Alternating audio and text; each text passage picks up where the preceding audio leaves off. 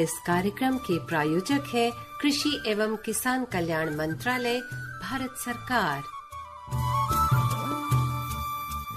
Akashvani gold channel आप सुन रहे हैं और कार्यक्रम किसान की बात में आप सभी का बहुत बहुत स्वागत है। साथियों, आज का कार्यक्रम लेकर हाजिर हूँ मैं आपके साथ आरती और मैं हूँ अश्विनी कुमार। और हमारा जो कार्यक्रम है आप जानते ही हैं कि ये खेती बाड़ी पर होता है, किसान की बात से आप समझ ही रहे हैं और बहुत समय से सुन भी रहे हैं, जुड़े भी हैं इससे। तो ऐसी बातें लेकर आते हैं, ऐसा विषय लेकर आते हैं जो बिल्कुल समसामयिक होता है और इसी वक्त पे आपकी खेती में अगर उनसे सीखी हुई चीज़ों को या अप्लाई करते हैं, आप जो भी हमारे विशेषज्ञ यहाँ पर बताते हैं, तो कहीं ना कहीं आपकी खेती जो है वो दोगुनी होती है, उसमें कहीं ना कहीं मदद भी मिलती है आपको। बिल्कुल मदद मिलती है। और जैसे आरती बोल रही हैं कि भाई जैसे किसान की बात का जो कार्यक्रम है वो इंडिकेट करता है कि हम किसानों की बात करते हैं, खेती बाड़ी की बात करते हैं, बीजों की बात करते हैं, संयंत्रों की बात करते हैं हम लोग। और किसान देखिए ना, आज की डेट में जब किसान खेत में खड़ा है ना, तो उसके हाथ में कहीं ना कहीं रेडियो होता है और रेडियो सुन रहा होता है, बारीकी सुन रहा होता है, क्योंकि कार्यक्रम का उद्देश्य यही है कि अधिक से अधिक किसानों तक हमारी जानकारी पहुंचे, क्योंकि हम ऐसा कोई ना कोई सब्जेक्ट लेकर आते हैं कि जो उनकी जानकारी की और चार चांद लगाता है और मुनाफा लेने के लिए उनको प्रगतिशील प्रेरित करता है। और देखिए, जैसे कि हम आपको बता ही दें कि 8 मार्च नारी शक्ति दिवस होता है, सशक्तिकरण दिवस होता है और भाई चल ही रहा है, नारी शक्ति सप्ताह चल रहा है।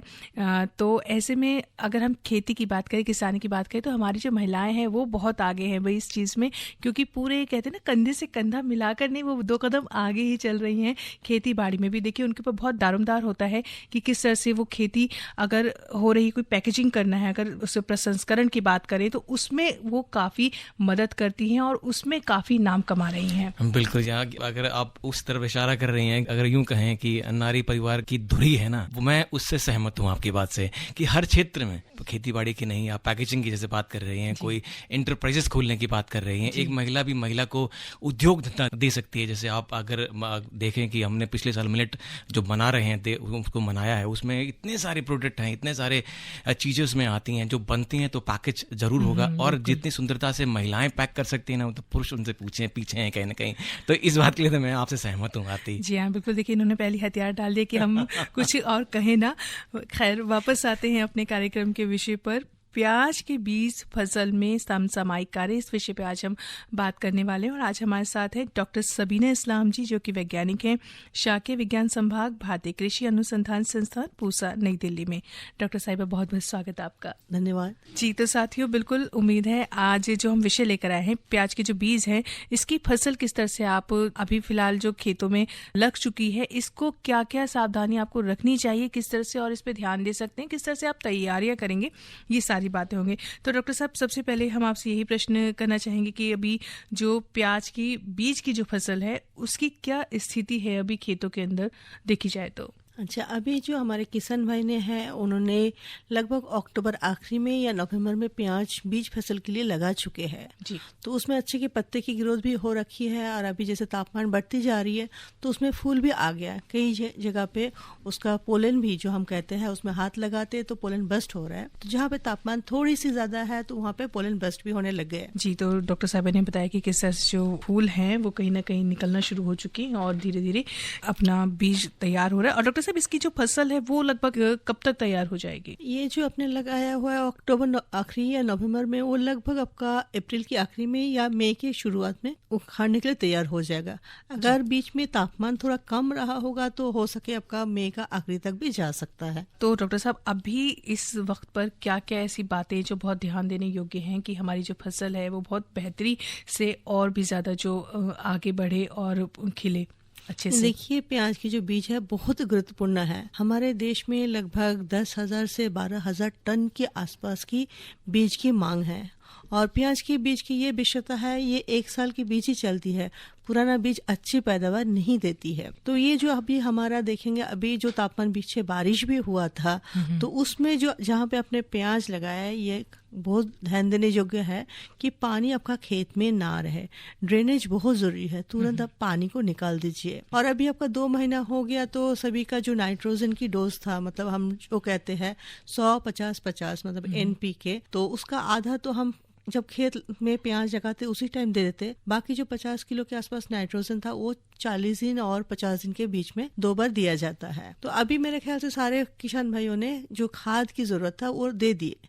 इस बीच में अगर आपको दिखता है पौधे की ग्रोथ में कमी आ रहा है तो जो एनपीके का है उसका फोलियर स्प्रे आप कर सकते हैं जी।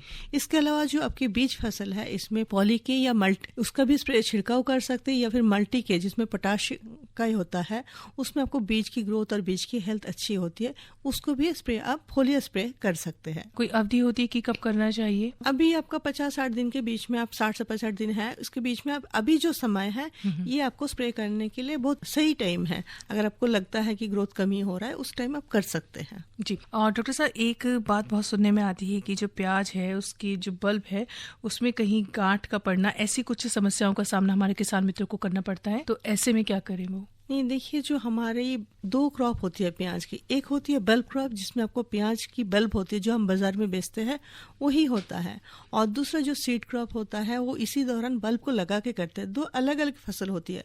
अब दोनों के क्या है, दोनों आपको ठंड में ही उगता है।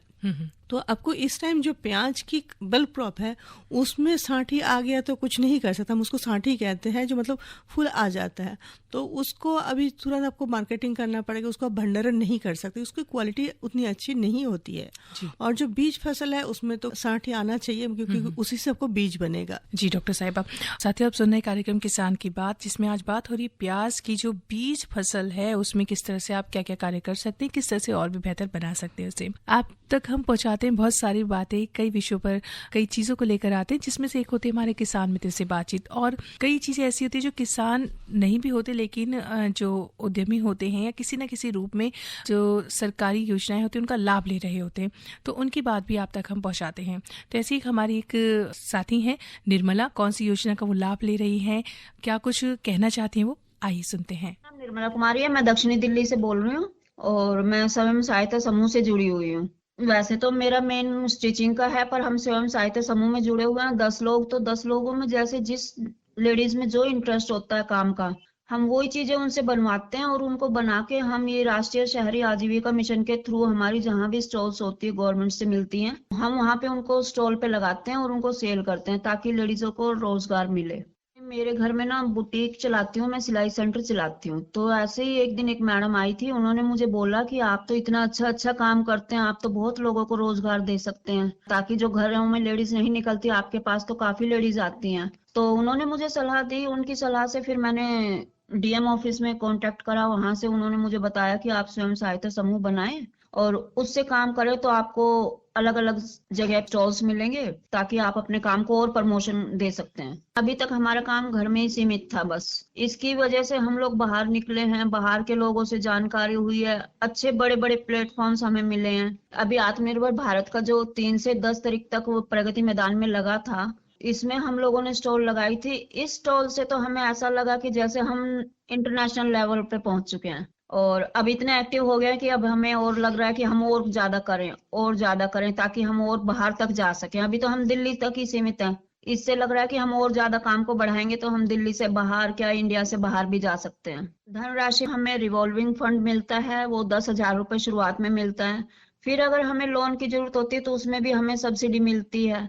अभी तक हमने लोन तो अप्लाई कर रखा है पर मतलब अभी लिया नहीं है क्योंकि हमें इतनी जरूरत नहीं लगी। अब काम को आगे बढ़ाएंगे तो हम लोन लेंगे तो उसमें हमें सब्सिडी मिलती है गवर्नमेंट की तरफ से, वो हमें गवर्नमेंट से हेल्प मिल जाती है, वो जल्दी मिल जाता है हमें, तो ज्यादा परेशानी नहीं आती हमें लोन लेने में। रिवॉल्विंग फंड मिला था हमें शुरुआत में 10,000 रुपए, तो उससे भी हमें काफी हेल्प मिलती है। शुरुआत में हमने जब अपना स्वयं सहायता समूह बनाया तो ये हर घर मिशन था वो तिरंगा वाला, तो तिरंगे हमने बनाए थे, उसमें हमें तिरंगे बनाने को मिले थे, उससे भी हमें बहुत प्रॉफिट हुआ था। तो ऐसे हमें सरकार की तरफ से सहायता मिलती रहती है जगह जगह। हम महिलाएं जैसे घर से जो बाहर नहीं निकल पाती थी तो कि घर में ही काम करती थी कि भाई अपने घर से ही करना है जो भी करना है, अभी उन लोगों को लगता है नहीं हम थोड़ा बहुत कर रहे हैं तो हम इससे ज्यादा करेंगे तो और ज्यादा हमें निकलना पड़ेगा, तो उनको निकलने में भी प्रॉब्लम नहीं होती और घर वाले भी नहीं रोकते टोकते। अब जब कुछ लग रहा है कि हाँ कुछ काम हो रहा है, आराम से बाहर निकल रही है, कि घर वालों को भी लगता है कि हाँ अब ये कुछ कर रही है तो उनको करना चाहिए। मेरे स्टॉल पे होते हैं फैब्रिक होते हैं, जैसे कुर्ते वगैरह होते हैं, बुटीक आइटम सब होता है, डेकोरेटिव आइटम्स होते हैं,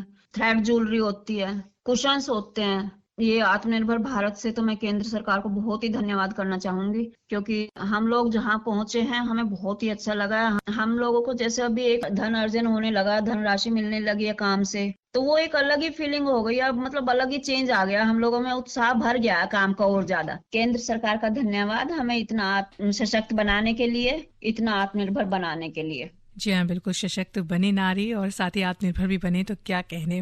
कार्यक्रम किसान की बात चल रहा है और साथियों बात हो रही है आज प्याज की जो बीज फसल है उसमें क्या क्या समसामयिक कार्य हम कर सकते हैं। डॉक्टर साहब, अब प्याज में जो है फूल आ रहा है, फूल आते समय क्योंकि हमें बीज बनाना है, हमें बीज की तरफ ध्यान देना है, तो इस समय हम प्याज में क्या क्या वो महत्वपूर्ण कार्य कर सकते हैं जिससे बीज का उत्पादन भी हमें अच्छा, मतलब बीज एक अच्छा प्राप्त हो और हमें साथ साथ फसल की उत्पादन भी अच्छी मिले। इस टाइम जो हमारा बहुत महत्वपूर्ण काम है उसको हम कहते हैं रोगिंग। जी। मतलब जैसे अभी आपने क्रॉप लगाया, आप रोजाना फील्ड पे जाइएगा और देखिएगा सारे पौधे एक जैसे बातें कर रहे हैं, मतलब सबकी ग्रोथ एक जैसे हो, जैसे फूल आ रहा है सब एक जैसे है।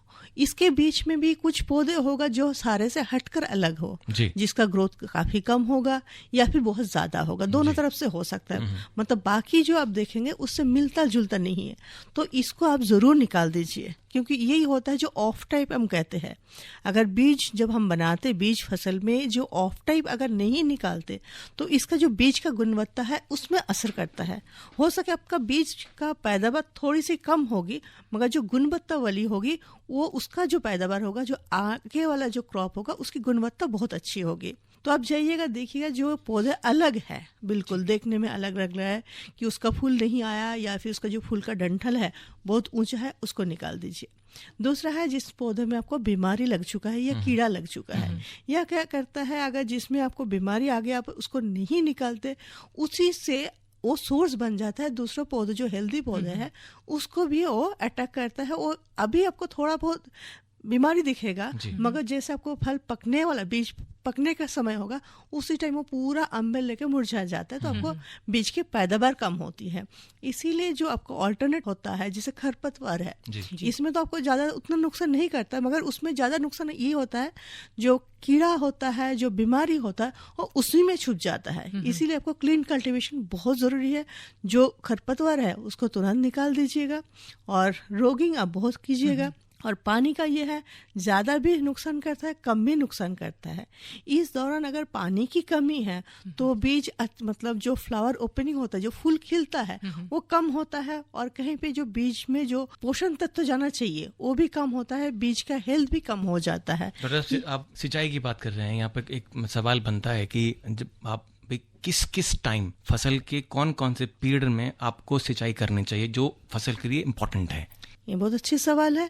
अभी कुछ दिन पहले हमारे इलाका में तो बारिश हो गई ठीक ठाक, तो ये कोशिश कीजिए पानी जो है आपको खेत से निकल जाए, और जब फूल आ रहा है आप पौधे में रोजाना फील्ड में जा रहे देख रहे हैं कि फ्लावरिंग स्टॉक आ गया, वो फूल खिल रहा है, तो उसके बाद क्या होता है उस टाइम अगर पानी की कमी है तो आपको पोलिनेशन और जो सीड सेट होता है बीज बनना उसका ग्रोथ कम होता है, तो वो बहुत क्रिटिकल टाइम होता है जी, उस टाइम पानी बहुत जरूरी है।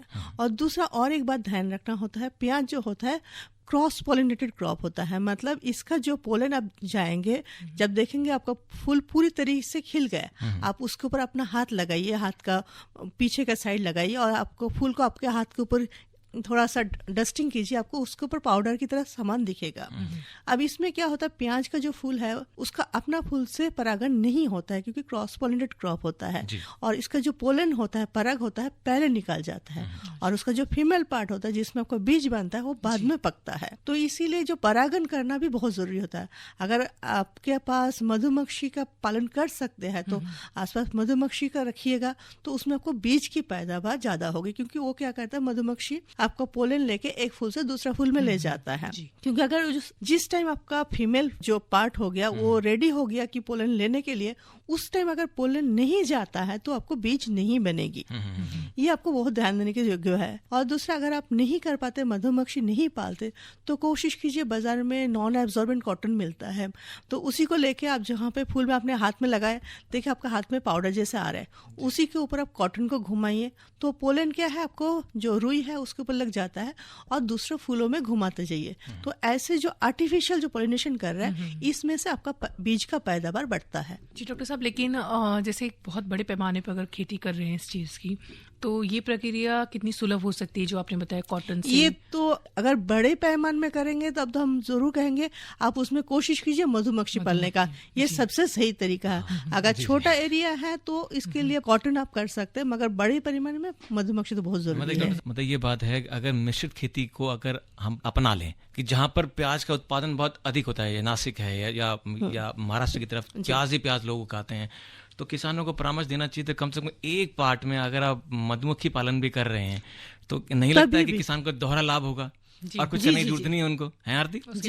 उसके भी अपने कई फायदे मधुमक्खी पालन के भी, इस पे भी हम काफी प्रोग्राम लेकर आ चुके हैं। और डॉक्टर साहिबा, इस मौसम की अगर हम बात करें, बारिश है, ठंड है, गर्मी है, सारी चीजें मिल रही हैं, तो इसका जो प्रभाव है हमारी इस खेती पर, प्याज के जो बीज है उसकी खेती पर क्या पड़ सकता है, और अगर बचाव की जरूरत है तो किस तरह से कर सकते हैं हम? देखिए, अभी जो मौसम से मुकाबला करना तो बहुत ही मुश्किल हो जाती है, और इसके साथ होता है कि जो हमारी बीमारी और कीड़ा के प्रकोप, जो बीमारी और कीड़ा पहले प्याज में नहीं पाया जाता था, आजकल वो सारे कीड़ा बीमारी भी आ रहा है। एक तो हो रहा है जो कीड़ा और बीमारी वो अपने आप को बदल रहा है, और दूसरा जो बदलता हुआ मौसम में इसमें भी दूसरे टाइप का कीड़ा प्रकोप हो रहा है। तो अभी अब जब रोजाना जा रहे हैं अपना खेत पे, वो कोशिश कीजिए पौधे के पास जाइए और देखिए इस टाइम ना थ्रिप्स का अटैक होने लग गया। एक कीड़ा है जो कि अपना तो नुकसान करता है, पत्ते से क्लोरोफिल खा जाता है, जो हरा हिस्सा होता है पत्ते का उसको खरोच के खा जाता है। तो उसमें क्या आपका जो फोटोसिंथेसिस होता है जिसमें वो खाद्य बनाता है वो कम हो जाता है। तो इसके लिए आप देखेंगे जो पत्ते का खाज होता है उसके अंदर वो छिपा रहता है। तो आप अपना जो क्रॉप है उसको थ्रिप्स से बचाव कीजिएगा। थ्रिप्स के बचाव करने के लिए सबसे सही तरीका ये होता है, अगर आप पहले से ये कर देते, आपका जो बीज का क्षेत्र है उसके चारों तरफ आप मक्का या गेहूं का 2-3 रो लगा दीजिए ताकि दूसरे खेत से थ्रिप्स ना आ पाए। और अभी भी आपका समय है, देखिए इसमें आप ब्लू स्टिकी ट्रैप करके बाजार में मिलता है, जिसमें जो होता है थ्रिप्स जो होता है वो उसी ट्रैप में अटक जाता है। वो एक पेपर की तरफ होता है, उसमें वो कीड़ा चिपक जाता है। और दूसरा आता है एफिड्स। अभी देखिए जो सरसों का फूल होता है, कहीं भी बाहर जाते हैं आप माहू बोलते हैं, पहले ये इतना अटैक नहीं करता था, आजकल वो भी जाके आपको पत्ते के अंदर छिप जाता है, उसका जूस पी जाता है और उसका जो वायरस होता है तो वो भी ट्रांसमिट करता है। तो ये दो जो कीड़ा है बहुत नुकसान करता है, उसको आपको दिखाई नहीं देता है, मतलब बहुत गौर नहीं करेंगे, पत्ते के अंदर से छिपे रहता है और उसको कंट्रोल करना भी बहुत मुश्किल होता है। तो आप जब स्प्रे भी करेंगे, इसको दवाई छड़ेंगे, जैसे हमारा प्रोफेनोफॉस होता है, फिप्रोनिल होता है, ये सारे किसान भाइयों स्प्रे करते हैं, और उस टाइम नोजल को देखिए जो पत्ते का जो खांज है उसी के अंदर तक जाना चाहिए, ताकि जहाँ पे आपका थ्रिप्स या एफिड छुप के बैठा हुआ है उसको जाके कंट्रोल कर सकते हैं, क्योंकि इसमें कांटेक्ट भी करते हैं, सिस्टमिक भी करते हैं, दोनों तरफ से उसको आपको संभालना है। डॉक्टर साहब, आप जैसे ये स्प्रे की बात कर रही हैं, जैसे नॉर्मल किसान अपनी फसल को देख रहा है खेत के अंदर, स्प्रे करने की नौबत है या नहीं, ये किसान को कैसे पता लगेगी? देखिए अभी तक तो हम बात कर रहे थे कीड़ा का तो आपको दिख जाता है, उसको नुकसान आपको, जैसे हम बोलते हैं पत्ते का सफेद सफेद सा हो जाता है, नहीं तो पूरा पत्ते का सिल्वर लीफ होता है, जैसे सिल्वर की तरह उसका निशान दिखता है। मगर बीमारी के साथ ये होता है, बीमारी जब तक बहुत ज्यादा नुकसान नहीं कर देता है तब तक हमें उतना पता नहीं चलता है। थोड़ा थोड़ा हम सोचे कि थोड़ा सा भी धब्बा हुआ है क्या करना है, मगर ये जाके उसका पूरा सिम्टम दिखाता है जब आपका क्रॉप बिल्कुल पकने में तैयार है, और उसी टाइम आता है अगर 20-25 दिन अगर चल जाता है तो आपको फायदा हो जाता है, मगर उसी टाइम आपका पूरा क्रॉप नुकसान हो जाता है। तो इसीलिए आप प्रिवेंटिव स्प्रे करना, जैसे अभी आप देख रहे हैं जैसे थ्रिप्स आ गया तो पौधे को पहले से कमजोर कर रहा है, तो जो एक बार कमजोर हो चुका है उसको तो दूसरा कोई चीज अटैक करेगा। जैसे अभी आपका थ्रिप्स अटैक हो गया, इसके बाद जैसे अभी थोड़ा सा टेम्परेचर बढ़ते जाएगा तो स्टेमफाइलियम ब्लाइट आता है, कई जगह पे पर्पल ब्लॉच आता है, तो ऑलरेडी आपका जो पौधा था वो कीड़ा से प्रकोपित था, वो कमजोर हो चुका था, और आके दूसरा जैसे बीमारी आएगा वो पूरा नुकसान कर देता है।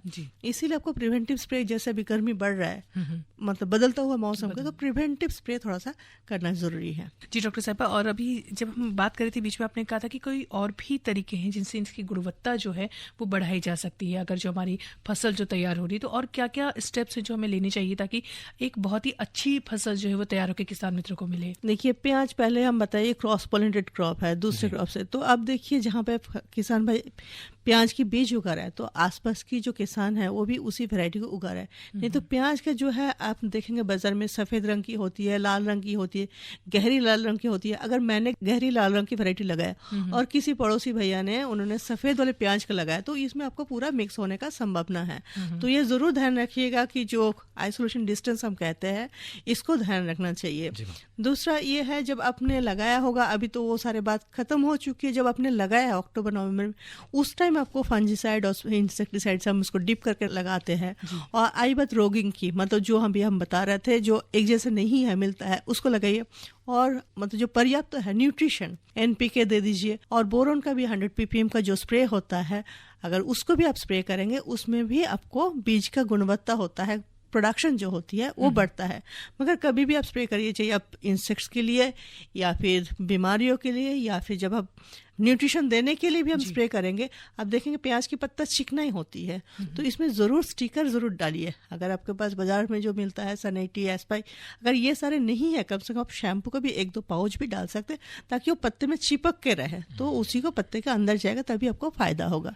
शैम्पू के 1-2 पाउच किस चीज में मिला लें? जो आप इंसेक्टिसाइड डाल रहे, जैसे कि थ्रिप्स मारने के लिए आपने प्रोफेनोफॉस या फिर प्रोनिल का घोल बना के स्प्रे करेंगे। कि अगर हम पत्ते में डालेंगे, अगर हम शैम्पू का इस्तेमाल करेंगे ना आरती, तो शैम्पू क्या करेगा, उन पत्ते पे जाके चिपक जाएगा और लंबे समय तक जो आपने छिड़काव किया है ना उसकी जो रिटेन रहेगा, जिससे वो उसका असर जो है फसल में पूरा का पूरा मिले और वेस्ट ना हो यहाँ पर कुछ भी चीज। जी बिल्कुल।